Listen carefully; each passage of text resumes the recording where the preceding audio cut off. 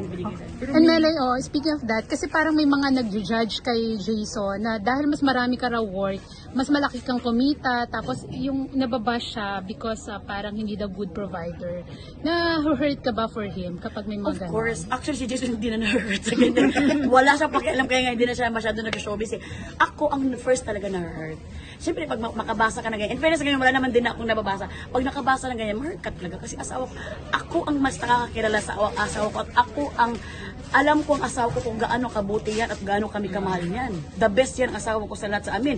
Kung alam nyo lang sa bahay yan, talagang parang hindi kami pakakagatin ng lamok niyan. Ang lamok parang, ano ba yung mga dugo nito? Bakit parang piling yung asawa nito? Pero talagang, pwede namang masabi nila yun kasi opinion naman nila yun. Pero at the end of the day, kami pa rin mag-asawa importante at kami pa rin ang nakakaalam sa loob ng nangyayari sa bahay namin. Kung sino ang, kung ano at sino. So, ang importante, masaya kami mag-asawa. And wala kami inapakang tao. Hindi ba siya nakakaramdam ng mga insecurities? I'm sure siguro meron, hindi ko naman din ako makasabi about sa kanya, pero siguro meron yan, kaya hindi naman yan siya pusong bato na makaramdam. Siguro makaramdam siya pag may nag-message. Pero at the end of the day, ang asawa ko talaga is a very good heart talaga siya na, alam mo yung hindi niya minamind yung mga sinasabi ng tao, bagkus minamind niya kaming dalawa at kaming relasyon at kaming pamilya. And kami talaga, kaya hindi kami masyado may post na sa YouTube kasi kami, gusto ni Jason talaga private na kami. As much as possible ba? Pero kung hindi magawa, di okay lang.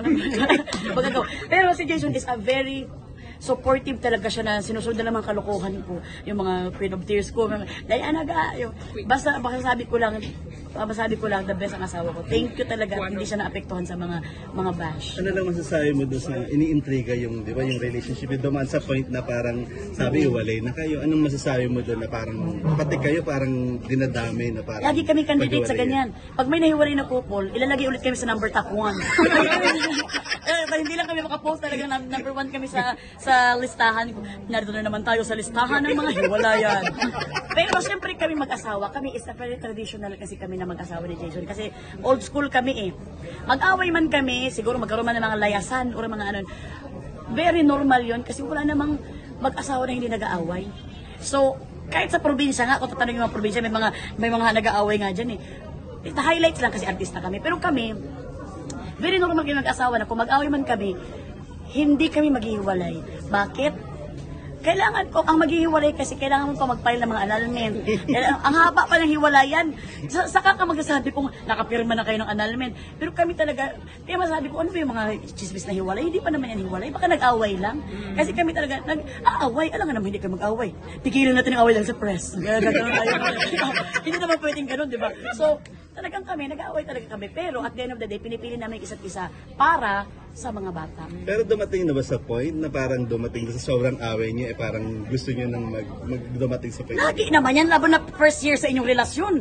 Di ba pag first year mga immature pa kayo, kung tingnan, tumalay na tayo. Ganun.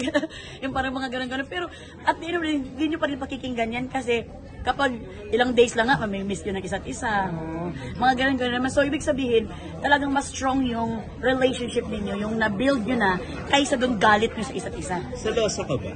Pagka may mga aligat kay Jason. Noong mga first year sa marriage namin, silos ako kasi gano'n naman talaga. Pero sobra na ang napatunayan ng asawa ko talaga. Grabe na yung napatunayan niya sa akin na hindi talaga ako magsiselos. Bakit? Grabe yung, siguro grabe yung pag-alaga niya, yung pagmamahal niya. At saka yung, malalaman mo naman yung, minsan tinatanong ko siya, ba't hindi ka umaalis, hindi ka nagbabar?